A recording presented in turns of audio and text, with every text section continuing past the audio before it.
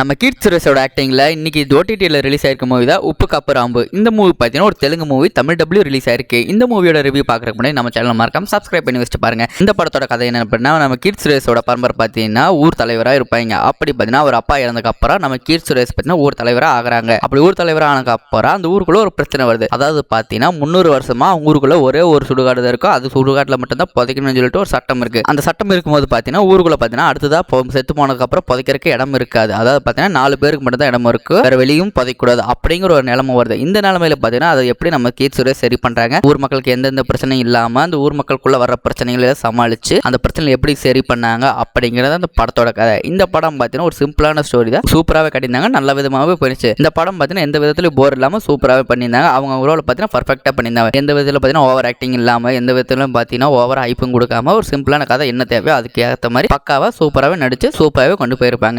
நீங்கள் யாராவது இந்த மூவி போய் பார்க்கணும்னு நினச்சினா டெஃபினட்டாக வாட்ச் அவுட் பண்ணி பாருங்கள். ஒர்த் வாட்சிங் தான் இந்த மூவி.